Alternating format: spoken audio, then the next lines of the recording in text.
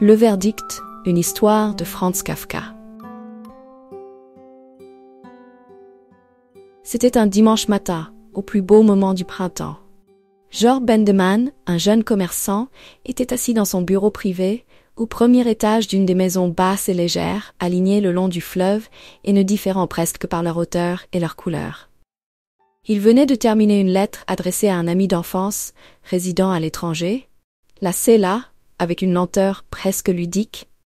Puis, le coude appuyé sur le bureau, regarda par la fenêtre vers le fleuve, le pont et les collines de l'autre rive, avec leur légère verdure.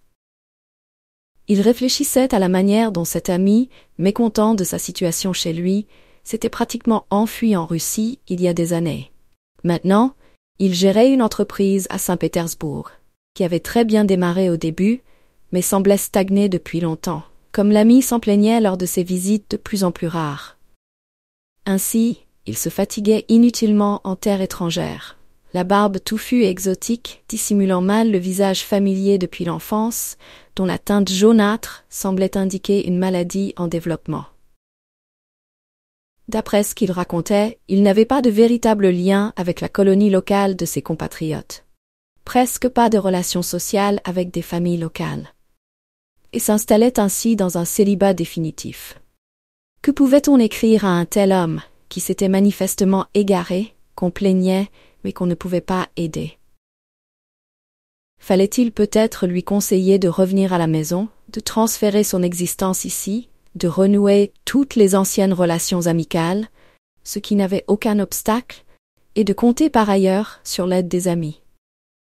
Cela signifiait cependant rien d'autre que lui dire, avec d'autant plus de délicatesse que c'était blessant, que ses tentatives passées avaient échoué, qu'il devait enfin y renoncer, revenir et être admiré avec de grands yeux par tous, comme un homme définitivement revenu, que seuls ses amis comprenaient quelque chose, et qu'il était un vieil enfant qui devait simplement suivre les amis restés chez eux et réussis.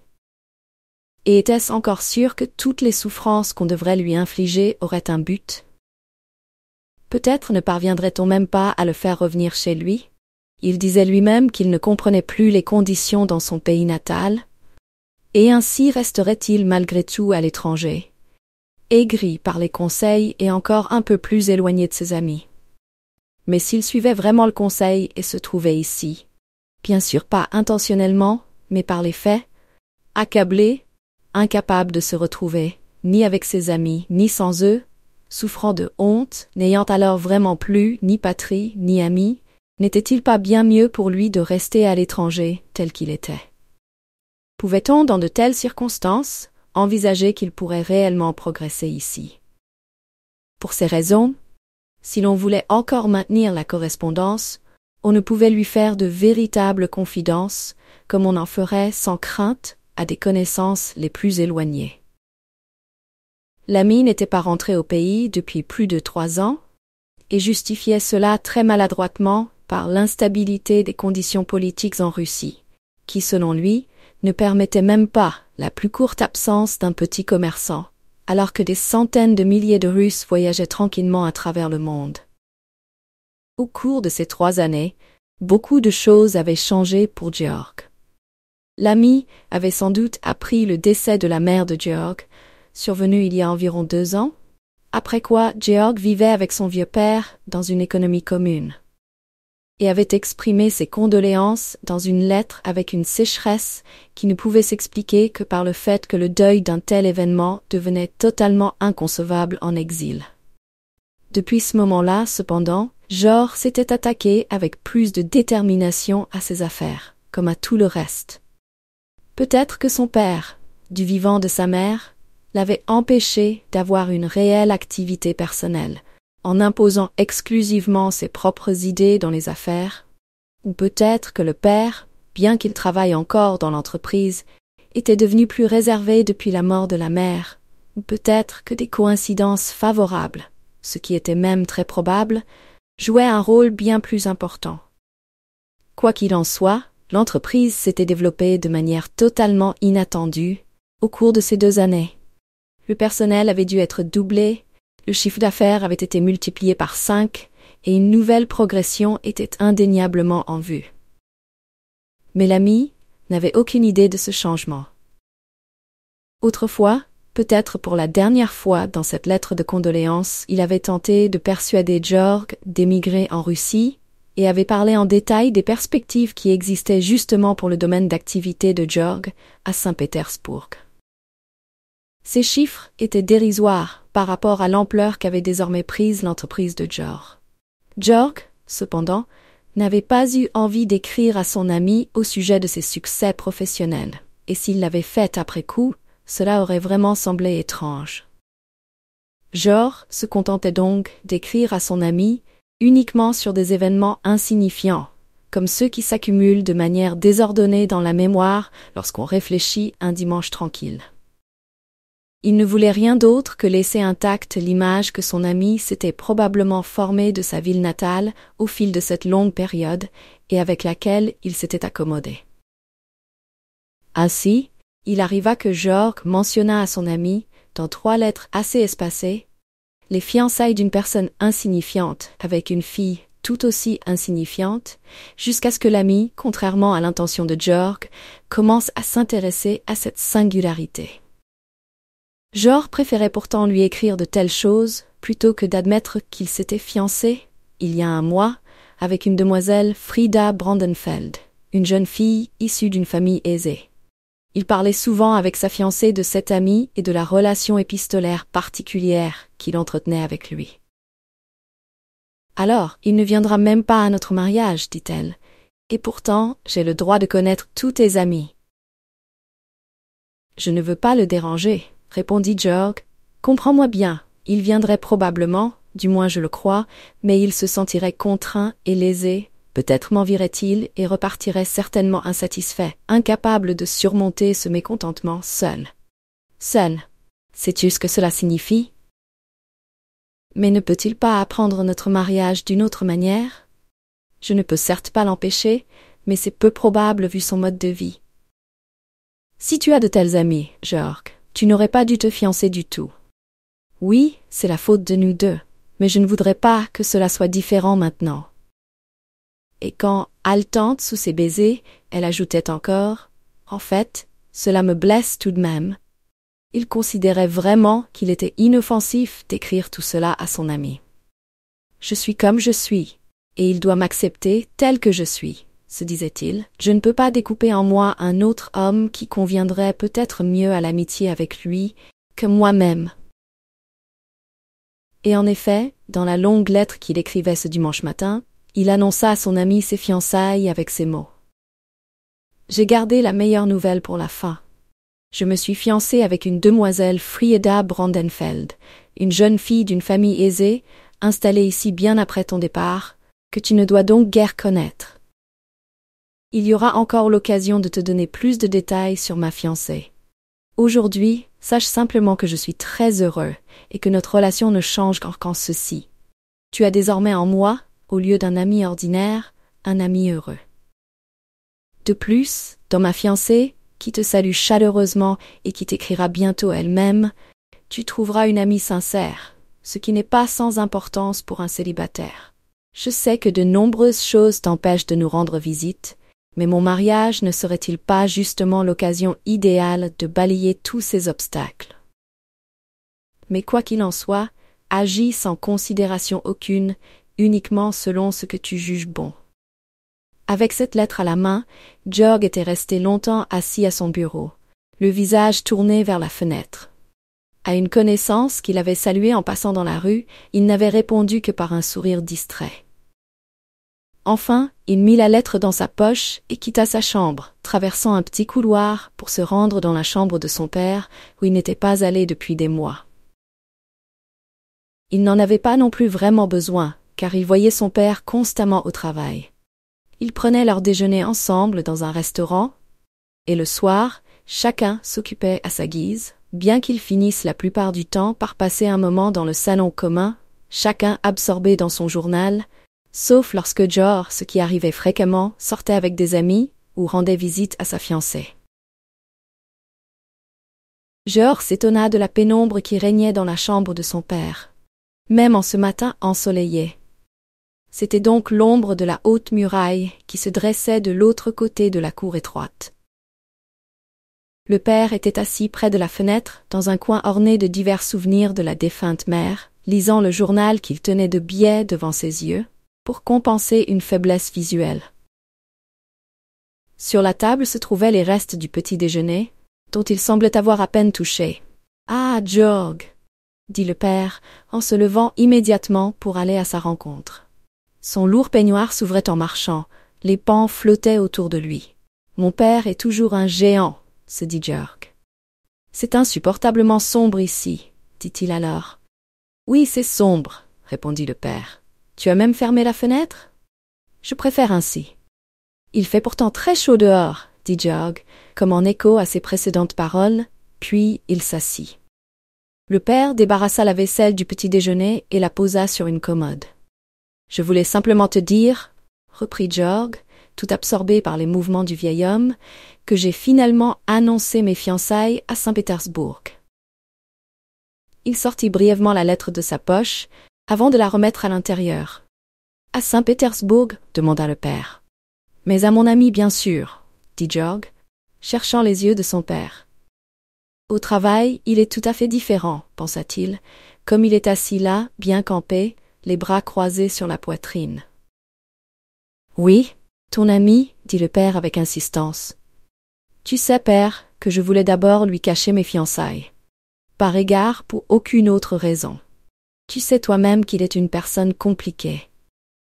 Je me suis dit qu'il pouvait peut-être apprendre mes fiançailles par une autre source, bien que cela soit peu probable avec sa vie solitaire. Je ne peux pas l'empêcher, mais il ne devait en aucun cas l'apprendre de moi-même. »« Et maintenant, tu as encore changé d'avis ?» demanda le père, posant le grand journal sur le rebord de la fenêtre, puis ses lunettes sur le journal qu'il couvrit de sa main. « Oui, maintenant, j'ai changé d'avis. Je me suis dit que, s'il est vraiment mon bon ami, alors mes fiançailles heureuses seront aussi une joie pour lui. Et c'est pourquoi je n'ai plus hésité à le lui annoncer. Mais avant de poster la lettre, je voulais te le dire. »« Georg, » dit le père en élargissant son sourire édenté, « écoute-moi. Tu es venu me voir pour cette affaire, pour en discuter avec moi. C'est sans doute un honneur. Mais tout cela ne vaut rien. C'est pire que rien si tu ne me dis pas toute la vérité maintenant. Je ne veux pas remuer des choses qui n'ont rien à voir ici. Depuis la mort de notre chère mère, certaines choses désagréables se sont produites. Peut-être leur moment viendra-t-il, et peut-être plus tôt que nous ne le pensons. Beaucoup de choses m'échappent au travail. Peut-être qu'on ne me les cache pas, je ne veux même pas supposer qu'on me les cache. Mais je n'ai plus la force, ma mémoire décline. Je n'ai plus l'œil pour toutes ces nombreuses affaires. C'est d'abord le cours naturel des choses, et ensuite, la mort de notre chère maman m'a beaucoup plus abattue que toi. Mais puisque nous parlons de cette affaire, de cette lettre, je t'en prie, Georg, ne me trompe pas. C'est une bagatelle, cela ne vaut pas qu'on en parle, alors ne me trompe pas. As-tu vraiment cet ami à Saint-Pétersbourg? Georg se leva, embarrassé. Parlons d'autre chose que de mes amis. 1000 amis ne remplaceront jamais mon père. Tu sais ce que je pense? Tu ne prends pas assez soin de toi. Mais la vieillesse a ses droits. Tu m'es indispensable au travail, tu le sais très bien, mais si le travail devait menacer ta santé, je fermerais l'entreprise dès demain. Cela ne peut pas continuer ainsi. Nous devons changer ton mode de vie, mais de manière radicale. Tu restes assis ici dans l'obscurité, alors qu'au salon tu aurais une belle lumière. Tu grignotes ton petit déjeuner au lieu de vraiment te nourrir. Tu restes ici, fenêtre fermée, alors que l'air frais te ferait tant de bien. Non, mon père. Je vais appeler le médecin, et nous suivrons ses conseils. Nous allons échanger les chambres. Tu emménageras dans la chambre de devant, et je viendrai ici. Il n'y aura aucun changement pour toi, tout sera transféré. Mais tout cela peut attendre. Pour l'instant, va te reposer un peu, tu as absolument besoin de repos. Viens, je vais t'aider à te déshabiller. Tu verras, j'en suis capable. Ou veux-tu aller directement dans la chambre de devant et t'allonger provisoirement dans mon lit? Ce serait d'ailleurs très raisonnable. Georg se tenait tout près de son père, dont la tête aux cheveux blancs ébouriffés était tombée sur sa poitrine. « Georg, dit le père doucement, sans bouger. Georg s'agenouilla immédiatement près de son père. Il vit les pupilles démesurément grandes, dont le visage fatigué du vieil homme se tournait vers lui. « Tu n'as pas d'amis à Saint-Pétersbourg. Tu as toujours été un farceur et tu n'as pas fait exception avec moi. Comment pourrais-tu avoir un ami là-bas? Je ne peux pas le croire. Réfléchis encore, père, dit Georg en aidant son père à se lever du fauteuil et en lui retirant son peignoir, alors qu'il semblait vraiment très faible. Cela fera bientôt 3 ans que mon ami était en visite chez nous. Je me souviens encore que tu ne l'aimais pas particulièrement. Je l'ai renié devant toi au moins 2 fois, bien qu'il était juste dans ma chambre. Je pouvais comprendre ton antipathie envers lui, mon ami a ses particularités. Mais ensuite, tu as quand même bien discuté avec lui. À l'époque, j'étais tellement fière que tu l'écoutais, hochais la tête et posais des questions. Si tu réfléchis, tu dois te souvenir. Il racontait à l'époque des histoires incroyables sur la révolution russe. Comme par exemple lors d'un voyage d'affaires à Kiev, il avait vu, pendant une émeute, un prêtre sur un balcon se tailler une large croix de sang dans la paume de la main, lever cette main et appeler la foule. Tu as toi-même raconté cette histoire à plusieurs reprises. Pendant ce temps, Georg avait réussi à asseoir de nouveau son père et à lui retirer doucement le pantalon de tricot qu'il portait par-dessus ses sous-vêtements en lin, ainsi que ses chaussettes. À la vue du linge pas particulièrement propre, il se reprocha d'avoir négligé son père. Il aurait certainement été de son devoir de surveiller le renouvellement du linge de son père.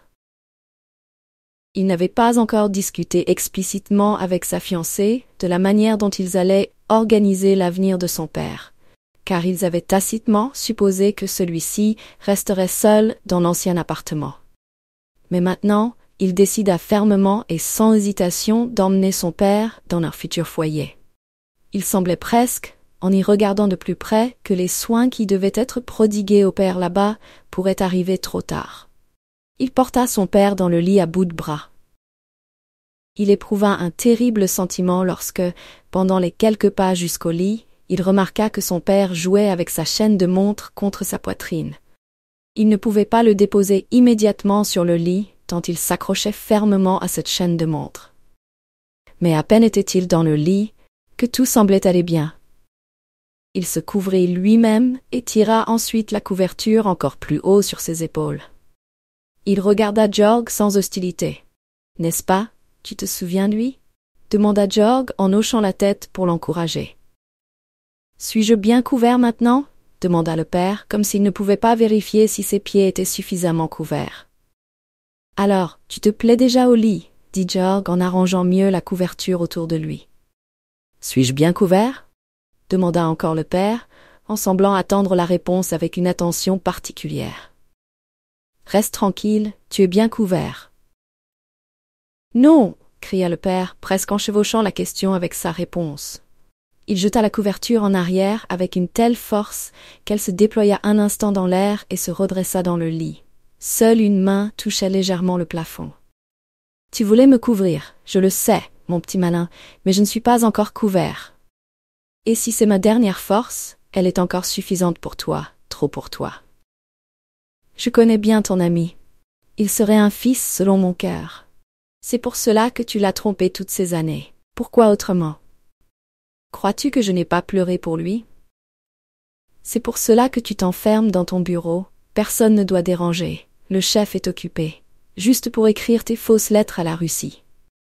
Mais heureusement, personne n'a besoin d'apprendre au père à comprendre son fils. Comme tu croyais maintenant l'avoir bien eu, l'avoir tellement maîtrisé que tu pouvais t'asseoir sur lui et qu'il ne bougerait pas, voilà que mon cher fils a décidé de se marier. Georg regarda son père avec terreur. L'ami de Saint-Pétersbourg, que son père connaissait soudainement si bien, le saisit comme jamais auparavant. Perdu dans la vaste Russie, il le voyait. À la porte du magasin vide et pillé, il le voyait. Entre les décombres des étagères, les marchandises déchiquetées, les bras de gaz tombants, il était encore là. Pourquoi avait-il dû partir si loin? « Mais regarde-moi » cria le père, et Georg courut presque distrait vers le lit pour tout saisir, mais s'arrêta en chemin. « Parce qu'elle a levé ses jupes » commença le père à fredonner. « Parce qu'elle a levé ses jupes ainsi, cette oie détestable, et il leva sa chemise si haut pour montrer la cicatrice de ses années de guerre sur sa cuisse. Parce qu'elle a levé ses jupes ainsi, et ainsi, tu t'es approché d'elle, et pour que tu puisses te satisfaire sans être dérangé, tu as profané le souvenir de notre mère, trahi l'ami, et mis ton père au lit pour qu'il ne puisse pas bouger. Mais peut-il bouger ou non? Et il se leva, complètement libre, et jeta ses jambes. Il rayonnait de compréhension. George se tenait dans un coin, aussi loin que possible de son père. Il avait pris la ferme décision il y a longtemps d'observer tout parfaitement, pour ne pas être pris par surprise par des détours par derrière ou par-dessus. Il se souvenait maintenant de la décision oubliée depuis longtemps, et l'oubliait comme on tire un court fil à travers le chat d'une aiguille. Mais l'ami n'a finalement pas été trahi, cria le père, et son doigt qui allait et venait le confirma. J'étais son représentant ici. Comédien. George ne put s'empêcher de crier. Il reconnut immédiatement le mal et mordit trop tard, les yeux figés, sa langue si fort qu'il tomba de douleur. Oui, bien sûr, j'ai joué de la comédie. Bon mot, quel autre réconfort restait au vieux père veuf? Dis-moi, et pour le moment de la réponse, sois encore mon fils vivant, que me restait-il à faire dans ma pièce arrière, poursuivi par le personnel infidèle, vieux jusqu'aux os? Et mon fils parcourait le monde dans la joie, concluant des affaires que j'avais préparées, se vautrant dans le plaisir et s'éloignant devant son père avec le visage fermé d'un homme d'honneur. Crois-tu que je ne t'aurais pas aimé, moi, de qui tu viens? Maintenant il va se pencher, pensa George, s'il tombait et se brisait. Ce mot traversa sa tête. Le père se pencha en avant, mais ne tomba pas. Comme George ne s'approchait pas comme il l'avait espéré, il se redressa. Reste où tu es, je n'ai pas besoin de toi. Tu penses que tu as encore la force de venir ici, et tu te retiens juste parce que tu le veux. Tu ne te trompes pas. Je suis toujours beaucoup plus fort. Seul, j'aurais peut-être dû reculer, mais ainsi la mère m'a donné sa force. Avec ton ami, je me suis merveilleusement allié, et ta clientèle, je l'ai ici dans ma poche. Même dans une chemise, il a des poches, se dit George, croyant qu'il pourrait le ridiculiser dans le monde entier avec cette remarque. Mais il n'y pensa qu'un instant, car il oublia tout à nouveau. Attache-toi à ta fiancée et viens à ma rencontre. Je vais te la balayer de côté, tu ne sais pas comment. George fit une grimace, comme s'il ne croyait pas cela. Le père hocha simplement la tête, assurant la vérité de ce qu'il disait, dans le coin de George. Comme tu m'as bien diverti aujourd'hui, quand tu es venu et m'as demandé si tu devais écrire à ton ami au sujet de tes fiançailles. Il sait tout, idiot, il sait tout. Je lui ai écrit parce que tu as oublié de me retirer les fournitures d'écriture. C'est pourquoi il ne vient plus depuis des années, il sait tout 1000 fois mieux que toi, il roule tes lettres sans les lire dans la main gauche, tandis qu'il tient mes lettres dans la main droite pour les lire. Il balança son bras au-dessus de sa tête, plein d'enthousiasme. Il sait tout 1000 fois mieux, s'écria-t-il. 10 000 fois, dit George pour se moquer de son père, mais même dans sa bouche, ces mots prenaient un ton terriblement sérieux. Cela fait des années que je veille à ce que tu poses cette question. Tu crois que quelque chose d'autre m'intéresse? Tu crois que je lis des journaux? Tiens. Et il jeta à George un journal qui avait été emporté dans le lit. Un vieux journal, avec un nom que George ne connaissait déjà plus. Combien de temps as-tu hésité avant de devenir mûr? Maman a dû mourir. Elle n'a pas pu vivre le jour de la joie. L'ami est en train de se perdre dans sa Russie. Il était déjà bon à jeter il y a 3 ans, et moi tu vois bien comment je vais. Tu as des yeux pour ça. Tu m'as donc guetté, s'écria George. Piteusement, le père dit en passant, tu voulais probablement le dire plus tôt. Maintenant, cela ne convient plus du tout. Et plus fort, maintenant, tu sais donc ce qu'il y avait en dehors de toi, jusqu'à présent tu ne savais que toi. Tu étais en fait un enfant innocent, mais encore plus, tu étais un homme diabolique. Et donc sache ceci, je te condamne maintenant à la mort par noyade. George se sentit chassé de la chambre. Le coup avec lequel le père s'affaissait sur le lit résonnait encore dans ses oreilles. Dans l'escalier, Sur les marches qu'il descendait comme sur une pente glissante, il heurta sa domestique qui allait monter pour ranger l'appartement après la nuit. « Jésus !» s'écria-t-elle en couvrant son visage avec son tablier. Mais il était déjà parti. Il sauta hors du portail, poussé vers l'eau par un étrange élan. Il s'agrippa à la rambarde comme un affamé s'agrippe à la nourriture. Il se jeta par-dessus, tel un acrobate émérite, comme il l'était dans sa jeunesse, à la fierté de ses parents. Il s'accrochait encore de ses mains de plus en plus faibles, aperçut entre les barreaux de la rambarde un autobus qui écraserait facilement sa chute, murmura « Chers parents, je vous ai toujours aimés » et se laissa tomber. À cet instant, un trafic presque infini traversait le pont.